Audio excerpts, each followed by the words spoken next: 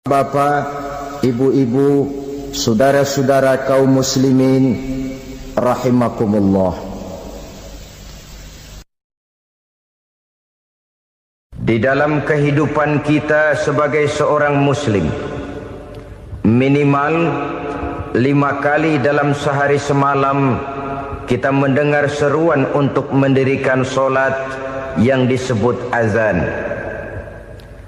Ada kalimat menarik di dalam kalimat azan itu, yakni seruan hayya 'alal falah, marilah menuju kepada keberuntungan, marilah meraih kemenangan.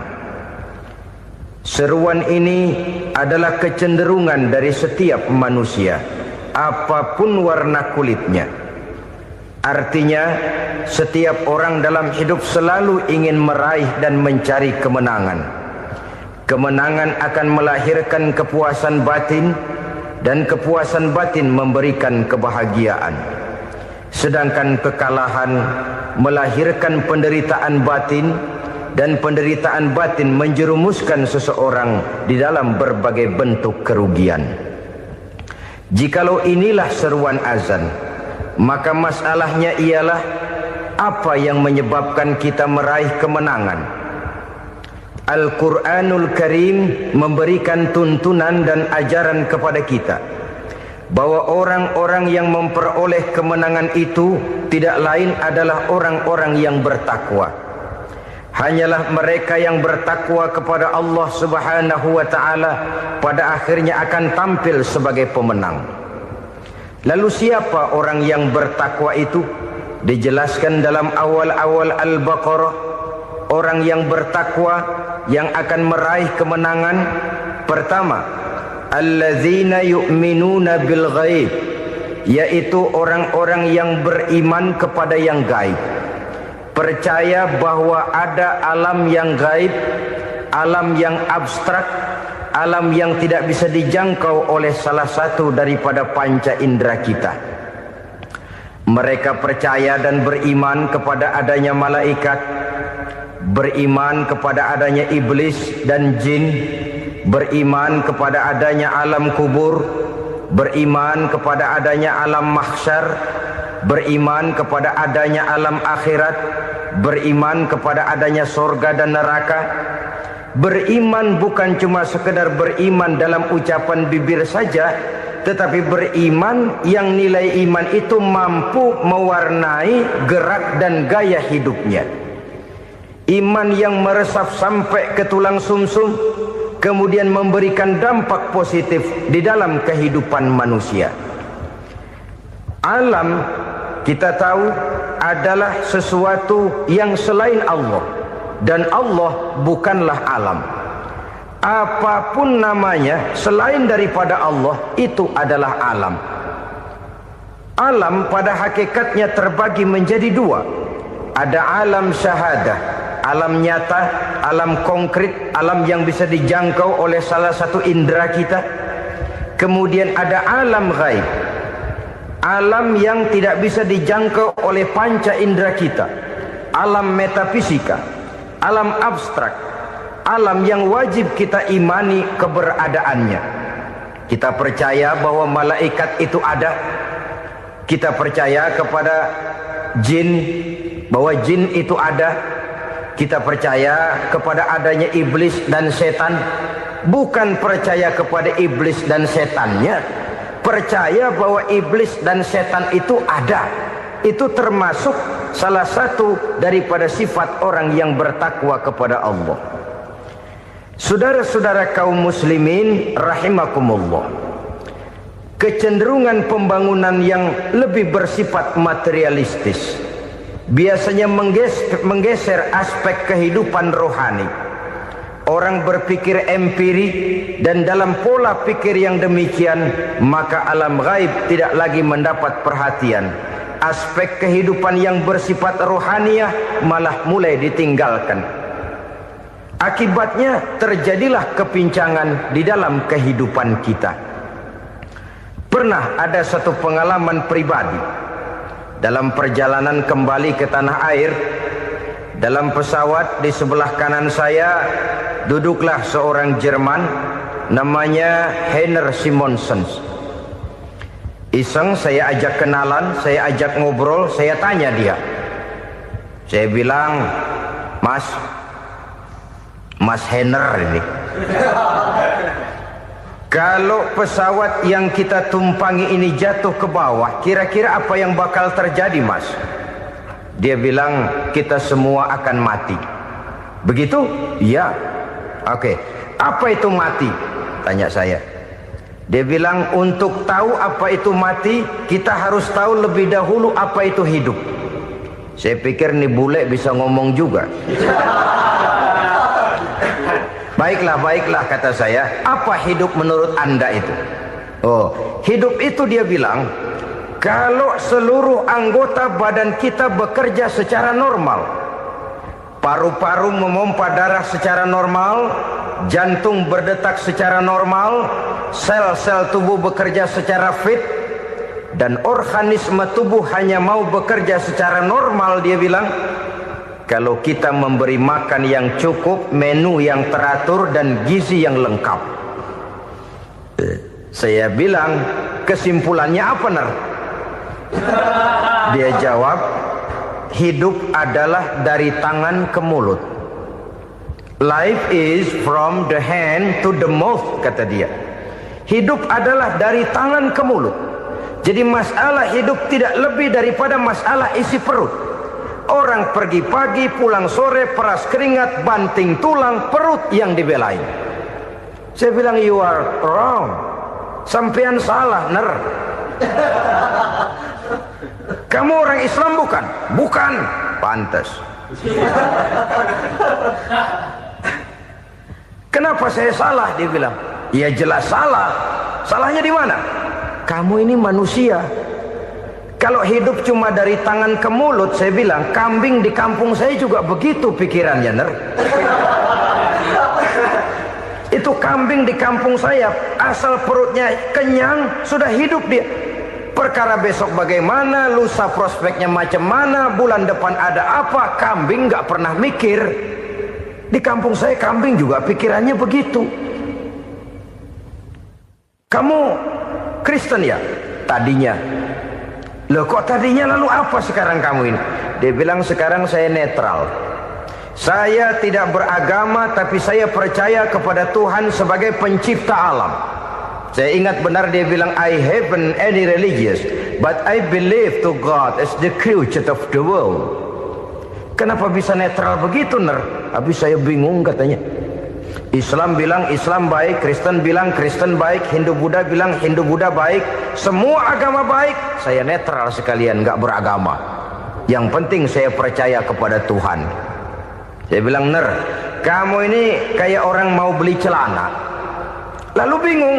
Yang satu bilang Levi's bagus, yang satu bilang Blue Jean hebat, yang satu bilang Wool England hebat. Celana ini hebat, celana itu bagus, celana ini hebat. Semua celana bagus, kamu bingung. Akhirnya netral, tidak pakai celana. Itu juga salah. Saya pikir-pikir, kemudian saya melihat bahwa dua pola berpikir Heiner ini nampaknya sudah mulai menggejala di lingkungan masyarakat bangsa kita. Disadari atau tidak, secara jujur kita harus berkata, dua pola pemikiran Heiner ini mulai berkembang di tengah masyarakat bangsa kita. Pertama, pola pikir materialisme. Hidup adalah dari tangan ke mulut. Masalah hidup tidak lebih masalah isi perut. Itu yang perlu dibela, dan disitulah arti kehidupan. Pergi pagi, pulang sore, peras keringat, banting tulang untuk mempertahankan perut. Kalau sudah kemari cara orang berpikir, maka buat apa percaya kepada yang gaib? Untuk apa sholat? Untuk apa puasa? Untuk apa zakat? Untuk apa menghadiri majelis taklim? Tanpa kepercayaan kepada yang gaib, hidup berjalan menurut alur empiris dan materialis. Kalau sudah ke sana cara orang berpikir, biasanya orang lalu cenderung menghalalkan segala cara. Hanyalah orang yang percaya bahwa akhirat ada, hanyalah orang yang percaya bahwa alam kubur itu ada, hanyalah orang yang percaya bahwa malaikat itu ada, hidupnya akan lebih terarah dan terkendali. Karena kepercayaan kepada yang gaib, yang merupakan fase daripada kehidupan setelah hidup yang sekarang ini, mewarnai gerak pribadi seseorang di dalam dia melakukan kegiatan hidupnya. Pola berpikir materialisme, disadari atau tidak, mulai menggejala di lingkungan masyarakat bangsa kita. Hidup tidak lebih dari urusan tangan ke mulut, mulut ke tangan, tangan ke mulut. Asal perut sudah kenyang, hiduplah sudah. Perkara bagaimana prospek hari yang akan datang, bagaimana akhirat, tidak jadi persoalan. Ini yang oleh Nabi diperingatkan, ad-dunya sijnul mu'min wa jannatul kafir. Dunia adalah penjara bagi orang beriman dan surga bagi orang kafir. Dulu di zaman Belanda hadis ini pernah disalah tafsirkan, disalah artikan, digunakan sebagai senjata untuk mengkebiri dan membuat impoten umat Islam. Sudahlah umat Islam gak usah macam-macam, kata Belanda. Dunia ini kan penjara buat orang Islam, surga buat orang kafir. Di penjara jangan bertingkah.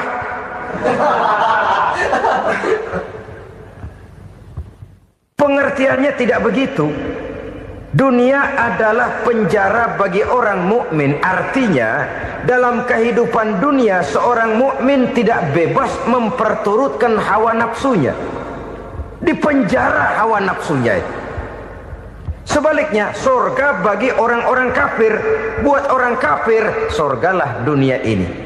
Mereka bebas memperturutkan hawa nafsunya, dilarang tidak terlarang, dicegah pun tidak tercegah. Mereka hidup menurut alur bisikan nafsu mereka sendiri. Kemudian bila ajal datang, maut merenggut nyawa, selesailah surganya sampai di situ. Maka bagi orang-orang yang tidak percaya kepada adanya akhirat, kepada adanya alam gaib, surganya sebatas umurnya. Sekali lagi, surganya sebatas umurnya. Bila umur selesai, ajal pun datang merenggut nyawa, selesailah sudah surganya sampai di situ. Alangkah pendeknya perjalanan orang-orang yang tidak percaya kepada alam gaib ini. Bagi kita mukmin, jikalau kita mampu memenjarakan hawa nafsu, kita bisa bahagia di dunia ini. Dan Islam memang tidak menyuruh kita sengsara di dunia. Raih dunia, kejar dunia, gapai dunia sebagai alat untuk mencapai kebahagiaan di akhirat nanti. Hidup adalah satu perjalanan panjang yang terbentang sejak kita terlahir dari alam rahim sampai kepada alam akhirat nanti. Andai kata kita gagal meraih kebahagiaan di dunia, toh kita masih punya akhirat. Tapi jangan jadi dalil yang melemahkan semangat. Biarin dah kita di dunia kebelangsak, yang penting akhirat. Akhirnya dunia benar-benar kebelangsak. Bagaimana dunia ini bisa kita raih, dan bagaimana meraih dunia untuk menunjang kepentingan akhirat nanti. Yang kedua, dari pikiran Heiner yang saya lihat menggejala di lingkungan masyarakat bangsa kita, timbulnya manusia-manusia netral.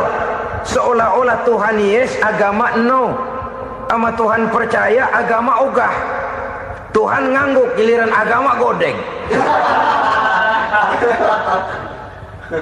Padahal hampir dalam setiap ayat dalam Quran, kata-kata amanu biasanya bergandeng dengan wa amilus sholihat. Iman dan amal soleh. Ini sebagai isyarat Tuhan dan agama jangan pernah dipisah-pisah.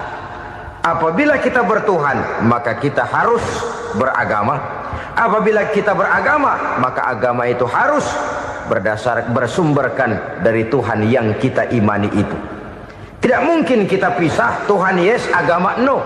Sama Tuhan percaya tapi agama bikin sendiri. Sembayangnya cukup bengong 2 jam madep ngulon.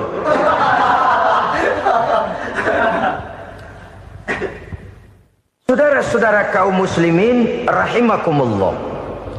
Jadi dengan demikian, agama yang kita akui merupakan unsur mutlak di dalam pembangunan sekarang ini, merupakan bagian dari kehidupan yang menuntun kita bahwa di balik alam nyata ini, di balik alam syahadah ini ada alam gaib. Dan mudabbir, murabbi, yang mengatur, yang menguasai, yang memelihara, baik dia alam nyata, baik dia alam gaib, tidak lain adalah Allah Subhanahu wa ta'ala. Di sana ada satu super power, satu maha kekuatan yang kita perlu bersandar kepadanya. Sebagai makhluk nyata yang hidup di alam nyata, berbuatlah secara nyata sebagaimana harusnya kita berbuat. Karena Islam jelas bukan agamanya orang pemalas. Islam jelas bukan agamanya orang yang mengajarkan setelah selesai sholat boleh duduk, nggelenggem ayam-ayam, ndelohom, menghitung bintang di langit sambil menunggu keajaiban. Tidak. Islam adalah agama yang mengajarkan apabila sholat sudah selesai kamu kerjakan, bertebaranlah di permukaan bumi, cari karunia Tuhanmu. Jangan hidup berpangku tangan menunggu keajaiban. Karena hidup bukan undian. Jangan berharap untung besar tanpa mau peras keringat. Tapi di sebalik itu toh kita juga harus yakin bahwa di sisi usaha nyata yang kita lakukan ada satu super power, satu maha kekuatan gaib yang menentukan berhasil dan tidaknya usaha kita. Kepercayaan kepada hal semacam inilah yang mendorong kita untuk mempunyai sandaran vertikal, agar jikalau usaha ini berhasil, kita tidak lupa diri dan lupa daratan. Jikalau usaha ini gagal, kita tidak putus asa dan buruk sangka, tidak cupik pandangan dan sempit hati, tapi mampu melihat persoalan dengan kacamata putih sambil husnuzon kepada Allah Subhanahu wa ta'ala. Kita percaya malaikat itu ada. Ada yang namanya Raqib dan Atid, mengawasi gerak hidup kita sampai kepada gerak hati kita. Ini memberikan sugesti agar kita berhati-hati. Tidak sejengkal tanah pun kita bisa berlindung dari pengawasan Raqib dan Atid. Ada Munkar Nakir yang akan menyoal kita di alam kubur. Ada malaikat Malik, penjaga neraka. Ada malaikat Ridwan yang menjaga surga. Kita percaya kepada adanya jin, kita percaya kepada adanya setan, iblis. Percaya kepada adanya, bukan mempercayai si setan, si iblis lalu menjadikannya sebagai teman. Tidak. Percaya bahwa mereka itu ada dan merupakan makhluk Allah yang gaib yang diciptakan Allah Azza wa Jalla. Kepercayaan kepada alam gaib memberikan motivasi terhadap gerak lahir manusia, sehingga dengan motivasi kepercayaan kepada yang gaib, gerak lahir jadi lebih terarah, jadi lebih terpelihara. Pernah seseorang bertanya, "Pak, apakah adanya akhirat bisa dibuktikan secara ilmiah?" Saya bilang tidak bisa, tidak bisa. Kenapa? Karena yang berangkat nggak pernah pulang kembali lagi. Kalau dia pulang kemari bisa kita tanya bagaimana enak di sono. Cuma secara moral saya katakan, lebih beruntung orang yang percaya kepada akhirat daripada yang tidak. Sekarang saudara percaya akhirat ada, lalu saudara baik-baik di dunia, sholat, puasa, zakat, menolong orang lain, menebarkan kebajikan.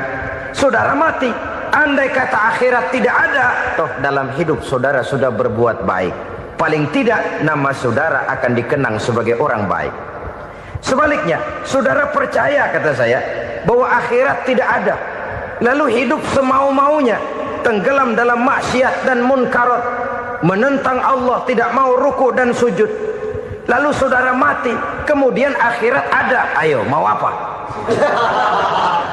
Bekal tidak punya. Jadi secara moral lebih beruntung orang yang percaya kepada adanya akhirat daripada yang tidak percaya.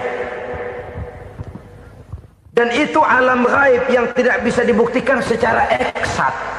Jangankan untuk membuktikan seperti itu, dalam kehidupan sehari-hari saja yang kita rasakan tidak selalu berbentuk toh. Angin, bagaimana sih bentuknya angin? Kita tidak tahu. Merah, buktinya kalau dikerok merah. Yang merah itu kulit, yang kulit kita bukan anginnya. Sakit, rasa sakit itu ada, tapi bagaimana bentuk sakit kita nggak pernah tahu. Kalau kita makan cabai pedas, bagaimana bentuk pedas itu tidak ada, tapi rasa ada. Bentuk pedas hijau, cabenya bukan pedasnya. Tidak semua yang kita rasakan bisa kita gambarkan dalam bentuk yang konkret.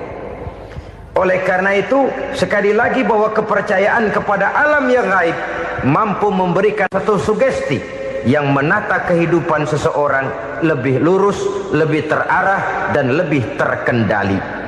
Maka wajar kalau kepercayaan kepada yang gaib mengantarkan seseorang untuk meraih kemenangan. Kenapa? Dia percaya kepada yang gaib, bahwa akhirat ada, bahwa alam kubur ada, bahwa pertanggungan jawab itu ada. Maka dia lalu tidak hidup saenae udele dewe, itu loh. Tidak hidup menurut seleranya sendiri, terarah, teratur. Ini cirinya yang pertama. Orang bertakwa yang akan meraih kemenangan, mereka beriman, mereka percaya kepada yang gaib. Bahkan hal-hal konkret saja selalu berangkat dari yang gaib.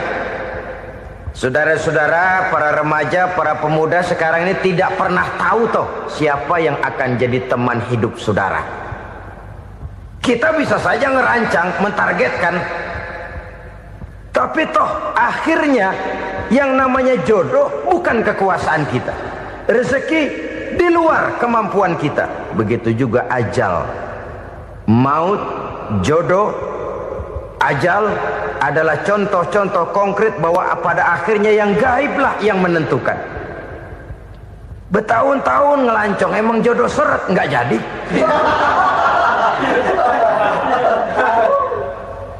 Begitu kenal baru setengah malam nginep ditangkap hansip kan. Hal-hal semacam itu kadang-kadang kita berpikir suuzon, gilet, perempuannya cakep banget, lakinya rebek amat. Memang begitulah jodohnya. Memang begitulah jodohnya.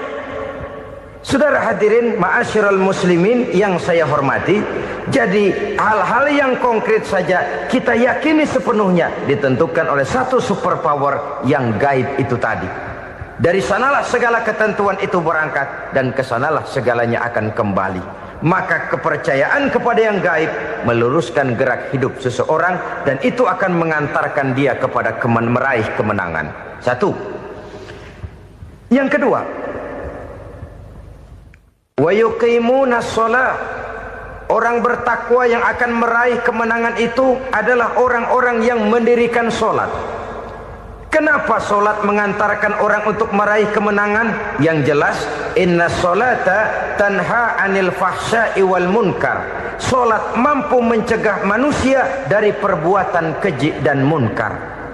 Banyak filsafat hidup yang terkandung di dalam sholat ini. Sejak kita wudhu sampai kita menghadap ke arah kiblat, sampai kita melakukan gerak-gerak sholat, bacaan-bacaan yang ada di dalam sholat, lalu sampai kepada mengucapkan salam. Banyak filsafat hidup yang terkandung di dalam sholat. Umpamanya saja, setelah takbiratul ihram mulai kita dengan sholat dalam posisi berdiri, diajarkan dalam kitab-kitab fikih agar kita melihat ke arah tempat sujud. Ini kan filsafat kehidupan. Kalau kamu sholat dalam posisi berdiri, lihat tempat sujud. Jangan sholat mata jelalatan, sebab nanti bisa mengurangi kekhusyuan. Jadi wajar kalau yang dikatakan bahwa yang paling afdol adalah shaf yang di depan. Kenapa? Secara harfiah pengertiannya akan lebih mengundang kekhusyuan. Kenapa? Kalau kita di shaf paling depan di masjid umpamanya paling banter kita lihat tembok. Tapi kalau kita shaf di tengah atau di belakang, orang-orang di depan kita pun akan kelihatan. Yang bajunya loreng, yang bajunya genggang, yang bajunya macam-macam. Kita lihat, kadang-kadang kita pikirin, ada yang bajunya bolong. Kita sholat tapi dalam hati, nih orang bajunya robek yang nggak tahu apa. Ada saja hal-hal yang mengusik kekhusyuan kita. Oleh sebab itu diajarkan dalam posisi berdiri, lihat, arahkan pandangan matamu kepada tempat sujud. Ini kan filsafat kehidupan. Maksudnya apa? Kalau lagi diri lihat dong tempat sujud. Kalau udah di atas ingat dong sama yang bawah. Kalau sudah tinggi ingat dong dari mana kamu berangkat. Kalau sudah berkuasa bantu dong yang lemah. Kalau sudah kaya santuni dong yang miskin. Kalau sudah alim bimbing dong yang awam. Ini filsafat kehidupan. Dalam posisi berdiri kau lihat tempat sujud. Ini akan melahirkan kepekaan sosial di mana seseorang mau tahu kepada orang lainnya. Bagaimanapun kaya kita, tinggi pangkat dan jabatan kita, jikalau hidup hanya untuk kepentingan perut sendiri saja, rasanya belum membawa manfaat di dalam kehidupan kita. Tapi efek yang tertinggi sesungguhnya, solat mencegah manusia dari perbuatan keji dan munkar. Perbuatan keji dan munkar, walaupun kelihatannya mendatangkan uang, membawa keuntungan, tapi itu keuntungan semu, keuntungan sementara. Dengan menipu orang lain kita bisa dapat untung, tapi tidak membawa berkah. Dan itu adalah kerugian besar dalam kehidupan kita. Maka untuk meraih kemenangan harus dimulai dengan membentuk kepribadian yang tegar, memiliki sandaran vertikal yang langsung kepada Allah Subhanahu wa ta'ala. Dan itu hanya bisa kita tempuh melalui jalur ibadah formal yang sudah ditentukan Allah, yakni solat yang 5 waktu. Untuk memperkuat itu ada solat-solat sunnah, rawatib, nawafil sebagai terminal-terminal kontrol cadangan untuk memelihara stabilitas temperatur batin di dalam kita berhubungan dengan zat yang maha gaib, yaitu Allah Subhanahu wa ta'ala. Orang sering bertanya, Pak, itu tetangga saya nggak sholat, duitnya nggak habis-habis, Pak. Nggak sholat tapi mobilnya tambah terus. Nggak sholat tapi usahanya makin maju. Tapi di sisi lain ada orang yang rajin sholat, rezekinya butak bener. Anaknya mana kurus, mana korengan. Saudara hadirin ma'asyiral muslimin rahimakumullah, harus saya katakan bahwa solat memang bukan untuk cari duit. Solat adalah sandaran vertikal kita kepada Allah. Sedangkan soal rezeki itu berkaitan dengan sifat Allah maha pengasih dan maha penyayang.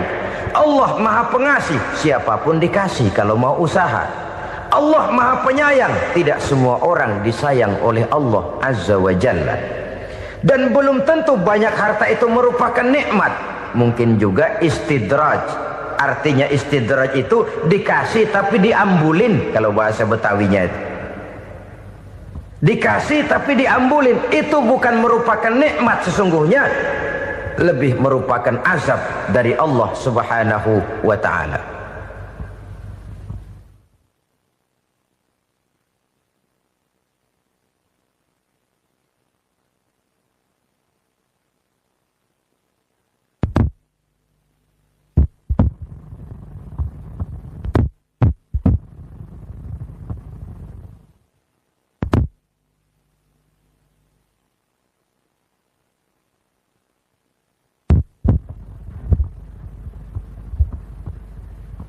Agama mempunyai sistem solat, dan kita umat Islam telah dituntun oleh Allah Subhanahu wa ta'ala yang wajibnya 5 kali dalam sehari semalam mendirikan solat, dan itu tentu berada dalam jangkauan kemampuan manusia.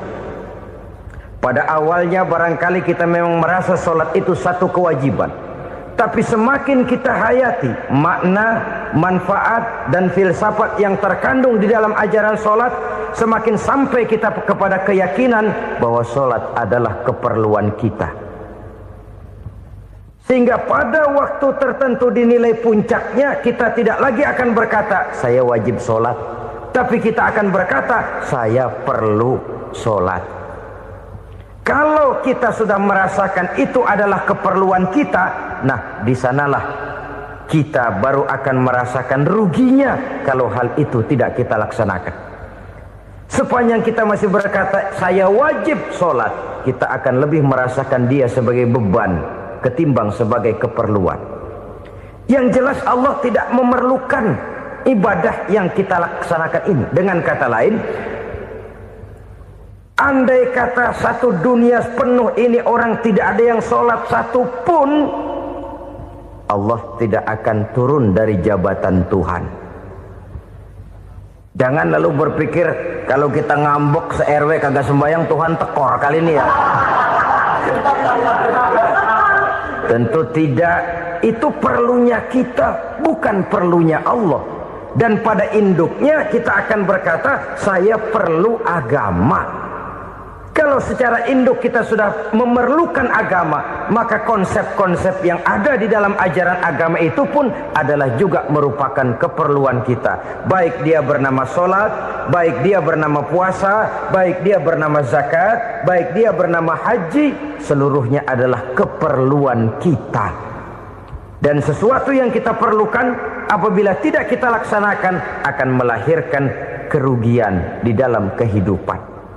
Jangan heran kalau kita membaca riwayat perjalanan hidup para salafus soleh, orang-orang soleh. Ada yang tahajud sampai 100 rakaat, ada yang sholat malam kakinya sampai bengkak. Kita sekalinya bengkak biri-biri. Ada yang sholat membaca surah dalam Al-Quran sampai khotam Quran. Kok mau? Mereka sudah merasakan itu keperluan. Itu saja soalnya.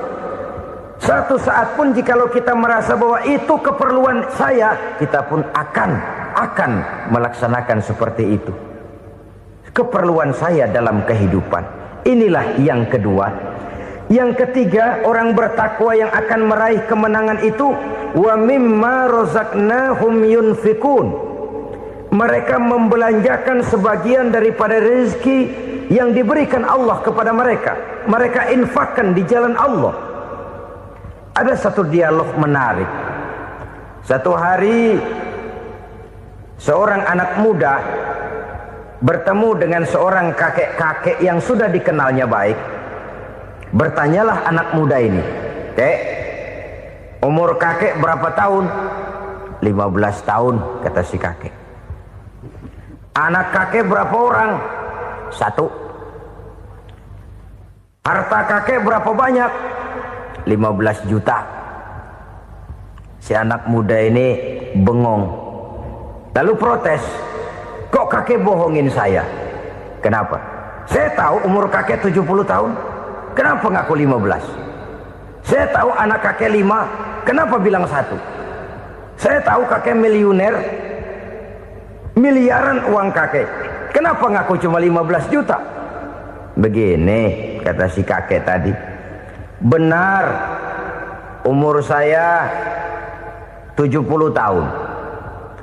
Tapi dari umur yang 70 tahun itu baru 15 tahun terakhir ini saya merasakan ibadah kepada Allah.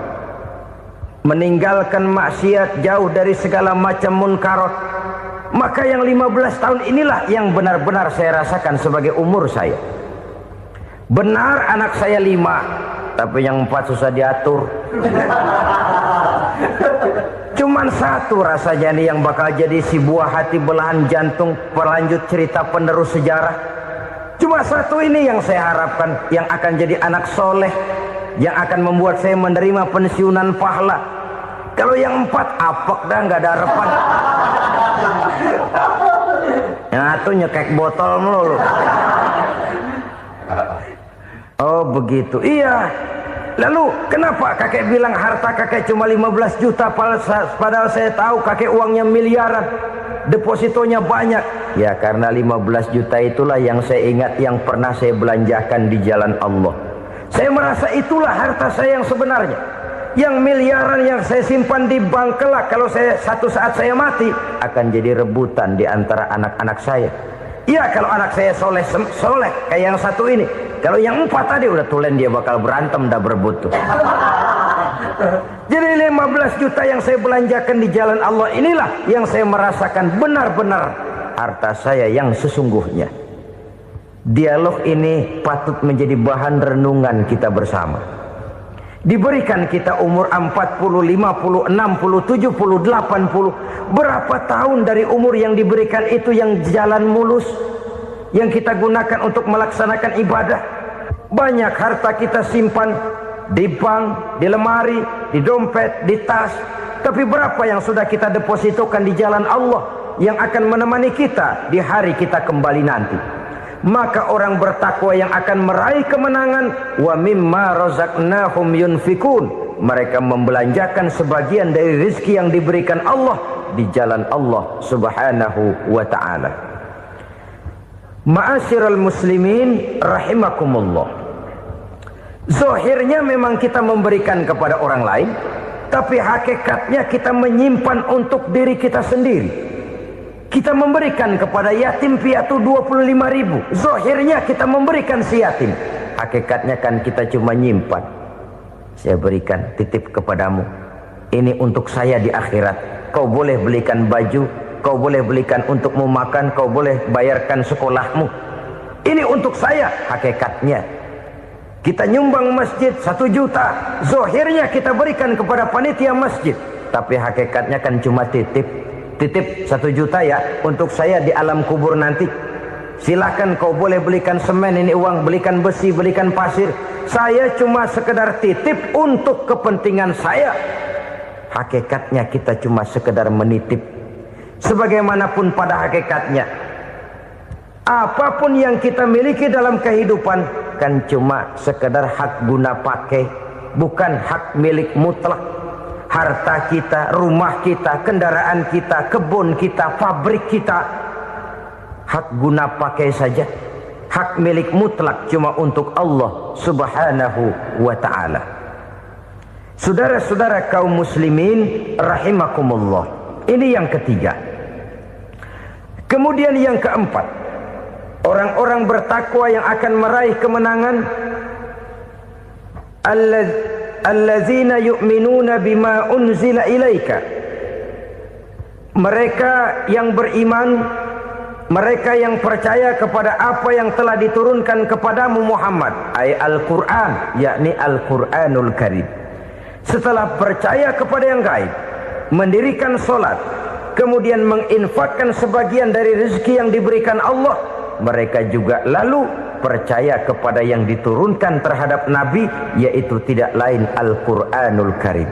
Sekali lagi di sini, percaya bukan hanya sekedar percaya saja, tetapi percaya lalu menjadikan Al-Quran itu sebagai pedoman hidup. Sebab memang Al-Quran itu adalah GBHM, garis-garis besar haluan muslim. Apa yang harus kita lakukan, apa yang harus tidak kita lakukan, bagaimana mestinya kita bertingkah laku dan berbuat, seluruhnya tercantum di dalam Al-Quranul Karim.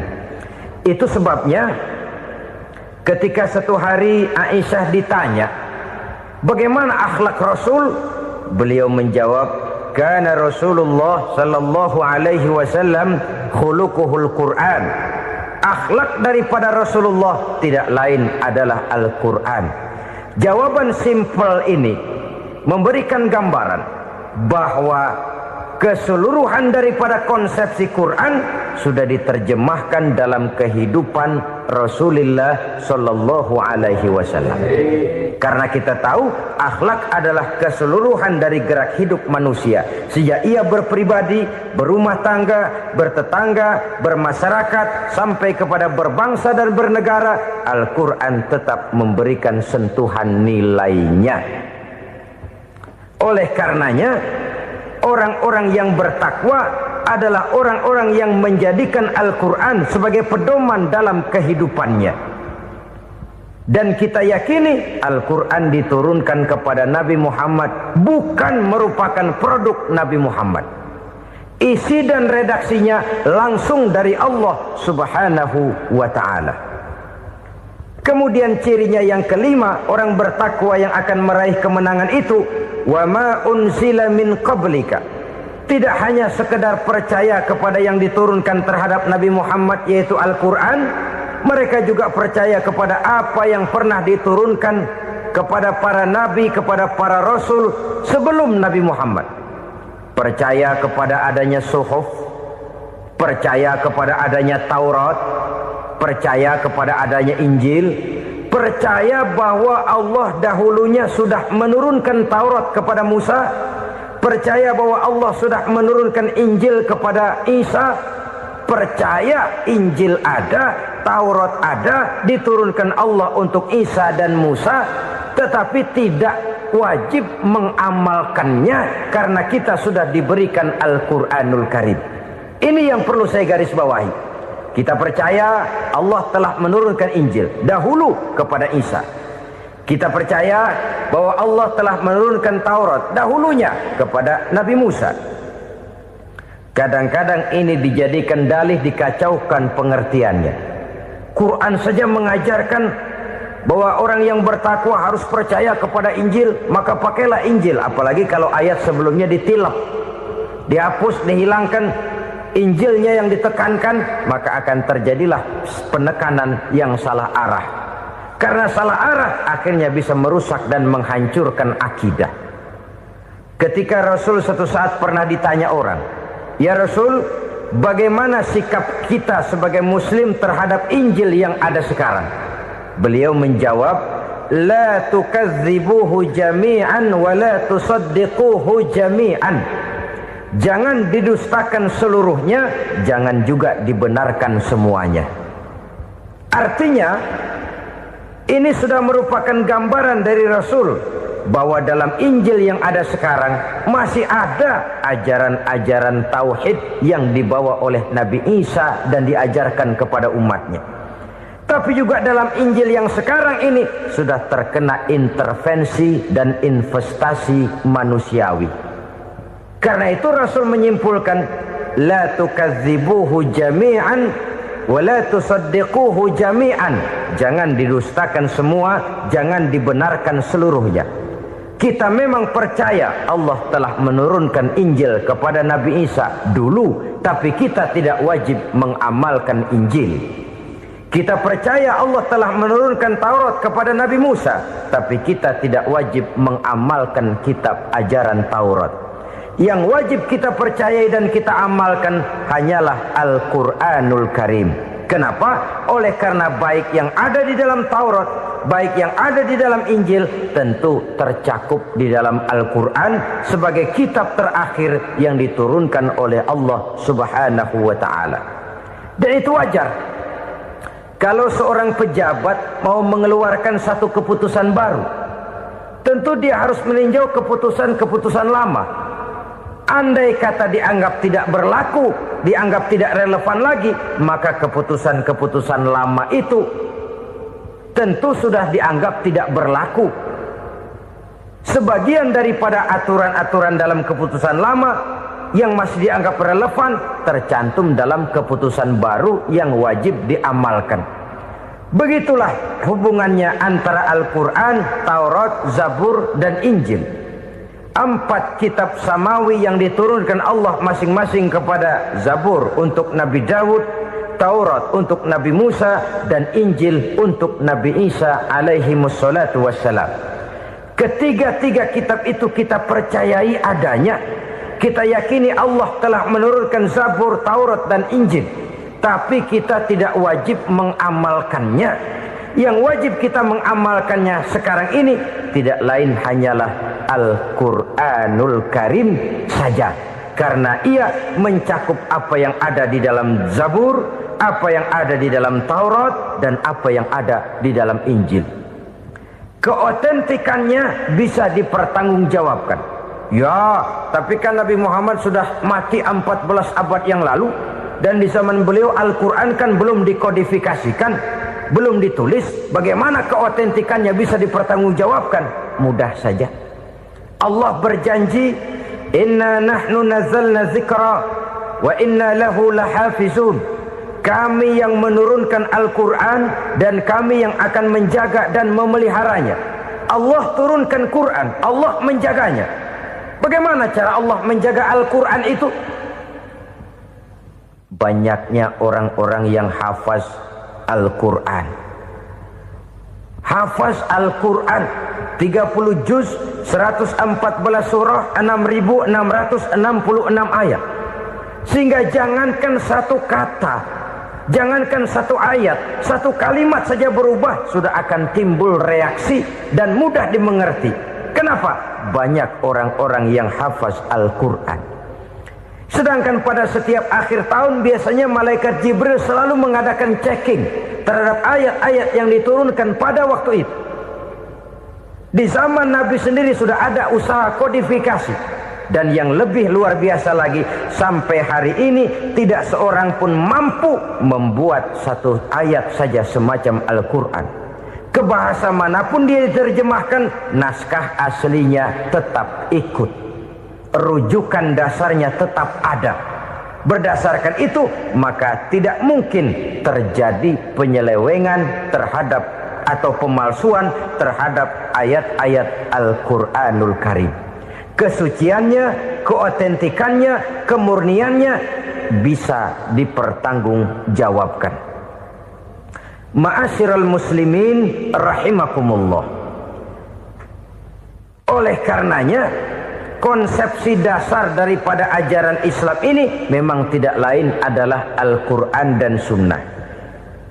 Isi daripada agama Islam yang merupakan iman, Islam dan ihsan, konsepsi dasarnya tidak lain adalah Al-Quran dan Sunnah Rasulullah Sallallahu Alaihi Wasallam. Maka yang kita perlukan sekarang ini adalah terjemahan Al-Quran di dalam kehidupan kita.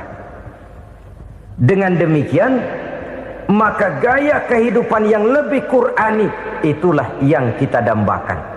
Kita perlu memang terjemahan Quran dalam bahasa Inggris, dalam bahasa Belanda, dalam bahasa Jepang, tapi yang lebih kita perlukan adalah terjemahan Quran di dalam kehidupan kita. Konsekuen, tidak memanipulasi, ringan sama kita jinjing, berat sama kita pikul. Jangan kalau lempengan ayat Quran itu kira-kira enak diamalin, keras teriakan kita. Giliran kira-kira ayat Quran itu mukul kepala kita sendiri, diam kita. Itu ciri yang pernah disindir Allah dalam awal-awal Baqarah juga. Ciri beragamanya orang yang munafik. Kullama adha'a lahum masyawfi, kata Allah. Wa iza azlama alaihim qamu. Apabila terang mereka jalan, apabila gelap mereka berhenti. Artinya, kalau kira-kira di Islam nguntungin, rame-rame pada teriak Islam. Tapi ketika diminta untuk berjuang, ketika dituntut untuk berkorban, rame-rame mengundurkan diri. Nasib agama tidak ubahnya seperti daun pisang yang dikait orang di tepi jalan lantaran tak berpayung di ketika hari hujan. Manakala hujan usailah sudah, daun itu pun dicampakkan di tepi jalan, diinjak pula orang nan lalu. Artinya, orang menjadikan agama cuma sebagai lipstick, decoration only, tidak konsekuen. Hanya pada saat-saat kelihatannya Islam membawa keuntungan, rame-rame orang teriak-teriak tentang Islam. Tapi jikalau diminta berjuang, jikalau dituntut untuk berkorban, biasanya rame-rame juga mengundurkan diri. Jangan heran kalau mayoritas hitungan kita, tapi minoritas peranan kita. Kuantitas kita dalam jumlah, tapi dalam kualitas kita lebih sering jadi penonton daripada jadi pemain. Padahal itu sangat tidak boleh terjadi. Umat Islam di Indonesia harus bangkit. Umat Islam di Indonesia harus sadar akan keberadaannya. Tidak boleh hanya jadi penonton berpangku tangan. Karena memang agama kita juga mengajarkan untuk konsekuen di dalam menjabarkan ajaran-ajaran daripada agama kita. Kita sering menjadi jatuh menjadi umat yang lemah oleh karena kita ini tidak pandai menggalang kebersamaan yang diakibatkan tidak konsekuennya kita. Diistilahkan bahwa umat Islam di dalam menggalang kebersamaannya itu harus seperti orang main sepak bola. Saudara-saudara kan tahu orang main sepak bola itu. Orang main sepak bola, kalau pertandingan belum dimulai sih silakan saja kumpul di luar lapangan, atur strategi yang baik. Tapi kalau pertandingan sudah dimulai, turun ke lapangan hijau, jangan kumpul terus. Ada sepak bola gotong royong, mundur-mundur rame-rame, depan ke depan kumpul melulu mainnya. Kalah. Orang main sepak bola itu ya harus ada penyerang tengah, Harus ada penjaga gawang, harus ada strikernya, harus ada kiri luarnya, kanan dalamnya yang jadi backnya. Posisi boleh bermacam-macam, tapi yang penting saling ngoper untuk menggolkan gawang lawan. Begitulah umat Islam ini. Boleh ada yang jadi pejabat, boleh ada yang jadi pengusaha, boleh ada yang jadi petani, silakan ada yang jadi seniman, ada yang jadi penyair, ada yang jadi artis sekalipun. Tapi kalau sudah berhasil menguasai bola, jangan lupa operannya. Operan itu yang langka. Kita ini muslim kadang-kadang kalau sudah memegang menguasai bola, kalau belum mau mampus, belum mau ngoper. Nanti kalau sudah nggak punya bola, baru mau ngoper. Kalau sudah dengar-dengar mau dekat pensiun, baru mau jihad, baru mau berjuang, baru mau ngurus pesantren. Tanda tangan sudah tidak laku, memo sudah tidak dihargai, baru mau berjuang. Kemarin kemana mas? Kita tidak pandai memanfaatkan posisi. Dengan kata lain, kalau kembali kepada persoalan kita, konsekuensi kita terhadap agama yang kita anut ini belum ideal. Kita masih lebih sering berislam ini pada saat-saat yang menurut perhitungan kita membawa keuntungan. Tapi kalau diminta berjuang, dituntut berkorban, yang itu pun hakikatnya adalah untuk kepentingan kita juga. Allah tidak pernah menuntut kita untuk jihad bagi kepentingan Allah, itu tidak. Berjuang menegakkan agama Allah, apakah untuk kepentingan Allah? Tidak. Untuk kepentingan kita.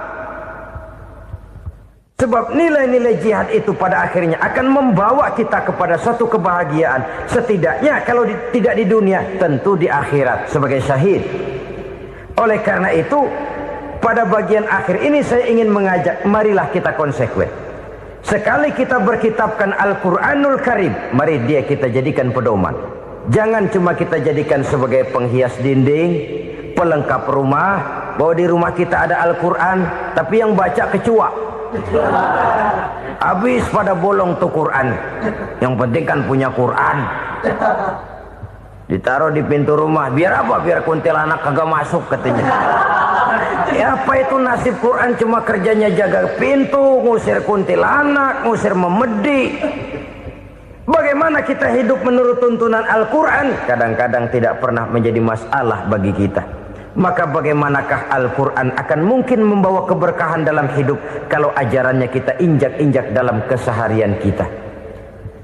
Mewujudkan gaya hidup yang lebih Qurani, itulah yang akan kita rintis di dalam kehidupan kita. Bertahap, step by step, menurut kemampuan yang ada pada kita. Jika jalan ini tidak bisa kita selesaikan, percayalah akan ada generasi penerus yang akan melanjutkan usaha dan cita-cita mulia itu. Jadi percaya kepada Taurat, percaya kepada Injil, sekadar percaya Allah dahulunya sudah menurunkan itu, tapi kita tidak wajib mengamalkannya. Kenapa? Generasi Injil masa berlakunya sudah kedaluarsa. Taurat masa berlakunya sudah kedaluarsa. Injil pernah berlaku untuk orang Nasrani di zaman Nabi Isa. Taurat pernah berlaku untuk orang Yahudi di zaman Nabi Musa. Setelah generasinya berlalu, datang Rasul penutup yang membawa Al-Quranul Karim. Maka Al-Quran itulah yang berlaku menjadi pedoman sampai hari akhir nanti.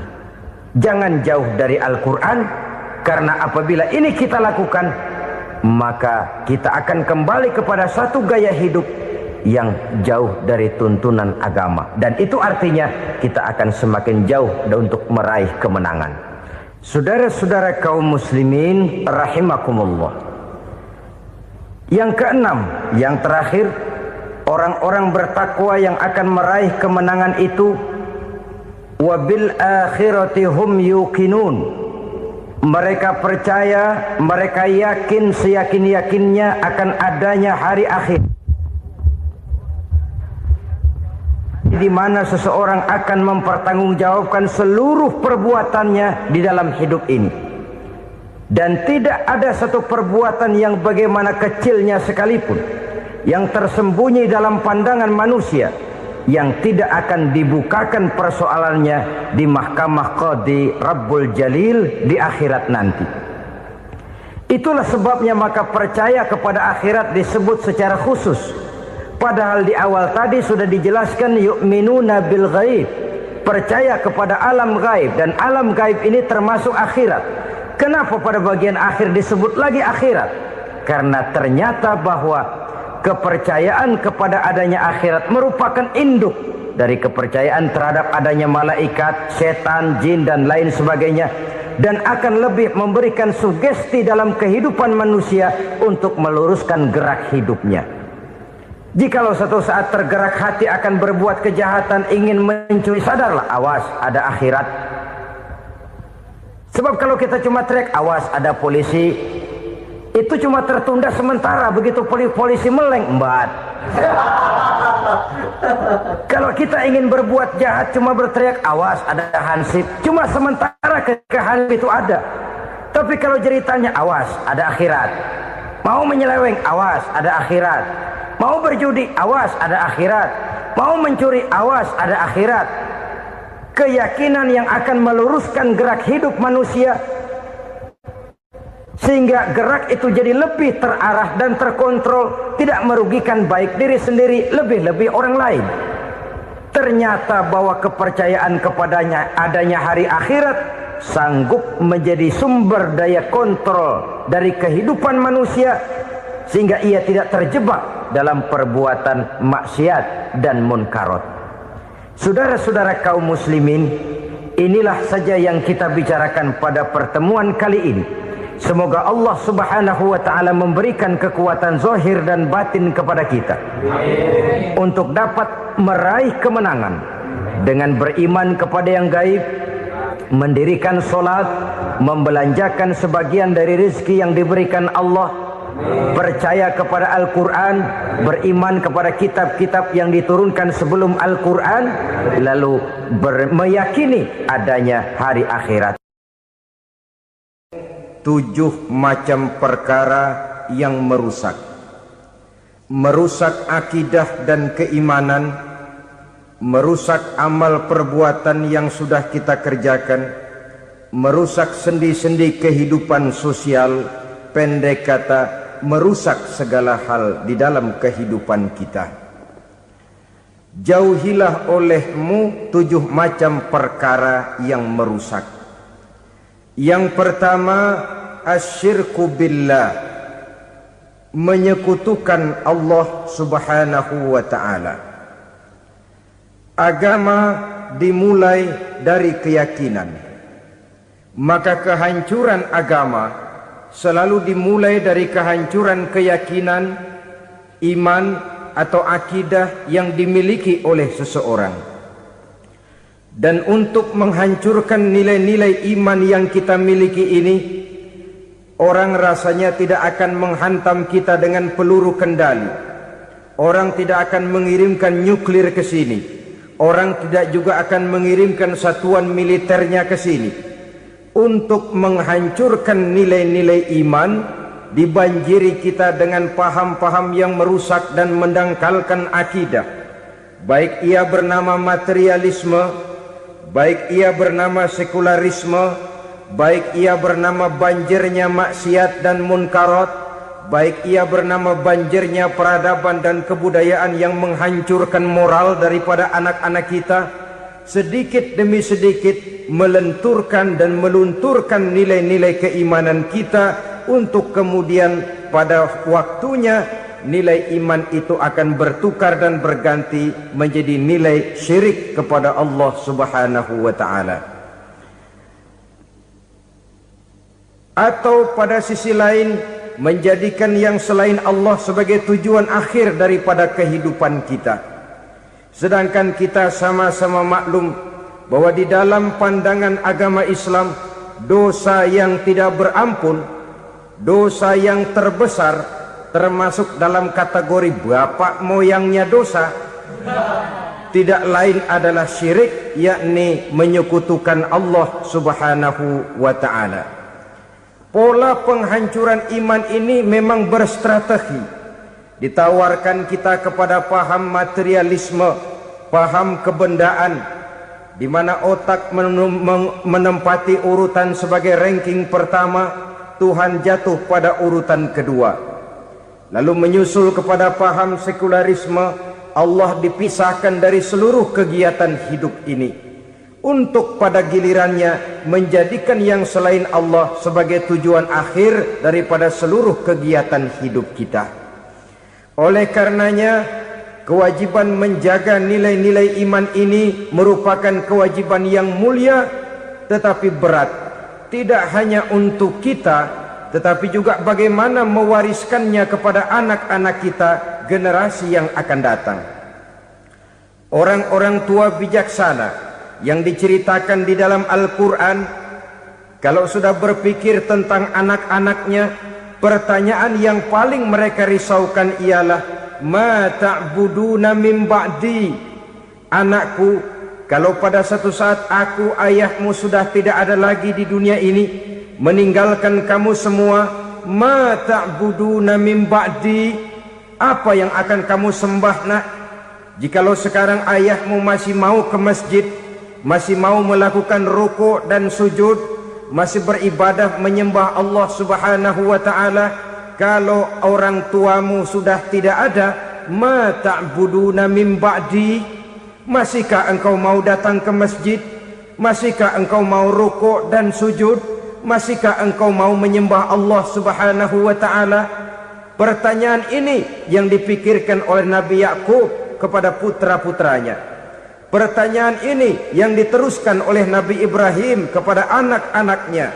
Pertanyaan ini yang diwariskan oleh generasi ulama salafus saleh kepada para generasi berikutnya. Bagaimana kita generasi sekarang? Kita orang-orang tua sekarang bukan berfikir ma ta'buduna min ba'di, malah yang kita fikirkan ma ta'kuluna min ba'di. Kalau bapak tidak ada nanti kamu makan apa nak? Perkara kamu nyembah apa, urusan nomor 18. Yang penting kamu nanti hidup bisa makan nak. Maka kita sibuk mewariskan harta kepada anak-anak kita. Kita sibuk mewariskan kebun dan tanah kepada anak-anak kita. Kita sibuk mewariskan pabrik kepada anak-anak kita, sementara kita lupa mewariskan intan yang paling mahal, mewariskan mutiara yang paling berharga, yaitu nilai iman kepada Allah Subhanahu wa ta'ala. Alangkah baiknya apabila warisan harta, warisan tanah dan kebun, warisan rumah dan pabrik didasari lebih dahulu dengan mewariskan nilai iman kepada Allah Subhanahu wa ta'ala. Sebagai orang-orang tua, kita boleh bersedih kalau anak kita tidak mengerti komputer. Kita boleh bersedih kalau anak kita tidak mengerti matematika. Kita boleh bersedih kalau anak kita tidak mengerti bahasa Inggris. Tapi sewajarnya lebih bersedihlah kita orang tua jikalau mempunyai anak yang tidak kenal Allah sebagai Tuhannya, yang kemudian tidak mau rukuk dan sujud kepada Allah Tuhannya. Itulah kemalangan yang paling malang bila kita meninggalkan generasi yang tidak bertauhid kepada Allah Subhanahu wa ta'ala. Betapapun anak kita tidak ngerti komputer, saudara, paling-paling kerugiannya cuma kerugian dunia. Masuk dia ke alam barzakh, munkar nakir tidak akan sempat tanya kau belajar komputer apa tidak. Kumpul dia di padang mahsyar, malaikat juga tidak akan tanya matematikamu nilainya berapa. Yang ditanya kau kenal Allah, kau rukuk dan sujud kepadanya, kau pernah datang ke masjid. Oleh karena itu sekali lagi, menjaga nilai iman tidak hanya untuk kita, tetapi juga mewariskannya kepada anak-anak kita, generasi yang akan datang. Sungguh kemalangan yang paling besar apabila kita meninggalkan anak-anak kita. Mereka kita tinggalkan lemah ekonominya, itu tidak baik. Mereka kita tinggalkan lemah otaknya, itu pun akan membuat mereka tertinggal oleh yang lain. Tapi yang paling celaka, jikalau kita tinggalkan mereka dalam kondisi lemah imannya, rapuh akidahnya, tidak baik dan tidak betul keyakinan hidupnya. Oleh karena itu Nabi berpesan, jauhilah 7 perkara yang merusak. Yang pertama, syirik kepada Allah Subhanahu wa ta'ala, menyekutukan Allah baik dalam ucapan, dalam keyakinan ataupun dalam perbuatan. Ini perkara pertama yang termasuk 7 perusak besar di dalam kehidupan. Kalau sudah jatuh kita ke lembah syirik, bagaimanapun banyak kebaikan yang kita kerjakan, berjiwa sosial, bertangan pemurah, gemar menolong orang lain, kalau memang dasarnya syirik, maka seluruh kebaikan kita akan hancur, tidak akan ada nilainya dalam pandangan Allah Subhanahu wa ta'ala. Dalam pandangan manusia mungkin kita dicatat sebagai orang sosial, gemar menolong orang lain, tidak berpangku tangan melihat orang yang mendapat kesulitan, tapi oleh karena dasarnya syirik, dasarnya tidak mentauhidkan Allah, maka seluruh nilai kebaikan yang kita kerjakan tidak akan ada nilainya dalam pandangan Allah Subhanahu wa ta'ala. Maka jagalah iman kita jangan sampai dihinggapi penyakit syirik yang bagaimana kecilnya sekalipun. Sekali lagi, baik syirik dalam bentuk ucapan, syirik dalam bentuk keyakinan, sampai kepada syirik dalam bentuk perbuatan, kita berhindar kepada sifat-sifat yang sedemikian itu. Karena apa? Dalam satu ayat Quran Allah Subhanahu wa ta'ala menjelaskan, innallaha la yaghfiru ayyushraka bih wa yaghfiru ma duna dzalika liman yasha. Allah tidak akan memberi ampun kepada orang-orang yang menyekutukannya, tapi Allah masih mau memberikan ampun kepada dosa-dosa yang selain itu bagi orang-orang yang dikehendakinya. Dosa selain syirik, apabila kita bertaubat, Allah masih mau mengampuni. Tapi kalau sudah jatuh ke tempat syirik, itu sudah dosa yang tidak berampun. Taubatnya tidak lain melepas syirik, kembali kepada tauhid, berkeyakinan bahwa hanya ada Allah Subhanahu wa ta'ala, Tuhan satu-satunya yang lam yalid walam yulad walam yakul lahu kufuwan ahad. Tidak beranak, tidak pula diperanakkan, dan tidak satupun yang dapat menyerupai Tuhan Allah Subhanahu wa ta'ala. Saudara-saudara kaum muslimin rahimakumullah, bahwa kita di zaman sekarang memang tidak menyembah berhala, ya. Bahwa kita tidak berterang-terangan mengatakan Tuhan lebih dari satu, memang. Bahwa kita tidak berkeyakinan Tuhan itu punya anak atau diperanakkan, tentu. Tapi dalam perbuatan dan i'tiqad kita kadang-kadang jatuh tanpa kita sadari ke tempat yang bernama syirik ini. Oleh karenanya, di zaman di mana teknologi makin canggih, di mana kemajuan pembangunan makin menjangkau berbagai aspek kehidupan, diperlukan keseimbangan antara kemajuan fisik material dengan kemajuan mental spiritual. Apabila tidak ada keseimbangan, yang terwujud tentulah kepincangan, yang diawali dengan pincangnya cara kita berpikir, sehingga pada akhirnya akan mengarah kepada pincangnya cara kita berbuat dan bertindak di dalam kehidupan kita. Oleh karena itu Nabi berpesan, jauhilah sifat syirik, karena syirik merupakan dosa yang teramat besar. Ini sifat merusak yang pertama. Yang kedua, kata Nabi, wasihra, jauhilah sihir. Sihir ini juga termasuk perkara yang merusak kehidupan. Kita semua sama-sama maklum bahwa sihir sebenarnya bukan persoalan baru. Sejak sebelum datang Islam, sihir itu sudah ada. Di zaman Yunani kuno, sihir ada. Di zaman Mesir kuno, di zaman Cina kuno, dan yang lain-lain yang serba kuno, sihir itu sudah ada. Bahkan para nabi pun, para rasul yang diutus oleh Allah Subhanahu wa ta'ala, senantiasa berhadapan dengan ahli-ahli sihir untuk menguji kebenaran dari misi yang mereka bawa. Sihir adalah perbuatan di luar kebiasaan yang bisa dikerjakan oleh ahlinya dengan bantuan jin atau setan. Hukum mempelajari sihir adalah haram, mengamalkannya lebih haram lagi. Sebab itu saudara-saudara, sihir merupakan perbuatan merusak yang harus kita jauhi. Ciri-ciri daripada perbuatan sihir, pertama, ia mengandung tipuan, bayangan khayal. Di zaman Nabi Musa misalnya, orang melihat tambang-tambang itu seperti ular. Nabi Musa melayangkan tongkatnya menjadi ular-ular besar yang memakan ular-ular kecil ciptaan tukang-tukang sihir Fir'aun tadi. Lalu sihir bisa terjadi dengan bantuan jin kafir atau setan. Kemudian ciri yang ketiga, sifatnya halus dan tersembunyi. Taruh kata ada seorang ahli sihir yang mempergunakan ayat-ayat Quran sebagai jompa-jampe, sebagai baca-bacaan, itu cuma sekedar kedok. Tujuannya tidak lain menjadikan agama sebagai ketok untuk membenarkan cara yang dimurkai oleh Allah Subhanahu wa ta'ala.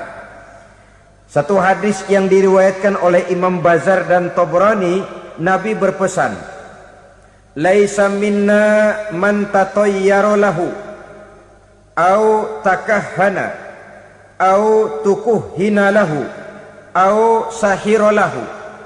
Tidak termasuk ke dalam golonganku, kata Nabi. Tidak termasuk umatku. Siapa mereka? Man tatayyara lahu, orang yang bertatoyur. Apa tatoyur itu? Dari kalimat toyaro, artinya terbang. Toir biasa diartikan dengan burung. Tatoyaro percaya kepada suara-suara burung.